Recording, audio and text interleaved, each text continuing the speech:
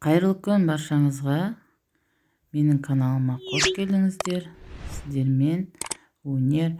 Бүгін үй жағдайында варенье қосылған пирог пісіретін боламыз. Алдымен 3 жұмыртқамызға секерді қосып, жақсылап венчикпен араластырып аламыз. Үстіне ванилинімізді қосамыз. Жақсылап араластырып аламыз.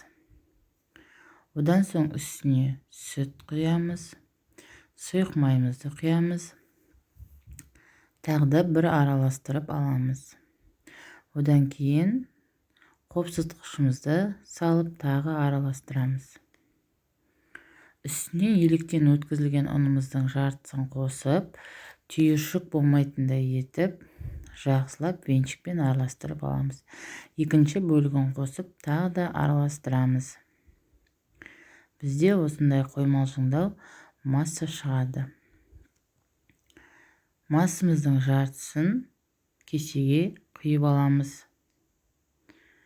Бірінші бөлігін табамызға құйып, қызып тұрған пеште пісіреміз. Осылай тегістеп жайып шығамыз. 180 градуста 10-15 минутта осылай кішкене қызарғанша пісіреміз. Одан кейін үстіне вареньемізді салып, жақсылап барлық жерлеріне жеткізіп, тегістеп жағып шығамыз. Енді қалған массаны осының үстіне құйып, тағы да біркелкі етіп жайып шығамыз. Қызып тұрған пеште 180 градуста пісіреміз. Піскенін білу үшін пирогымыздың осылай шырпымен қараймыз.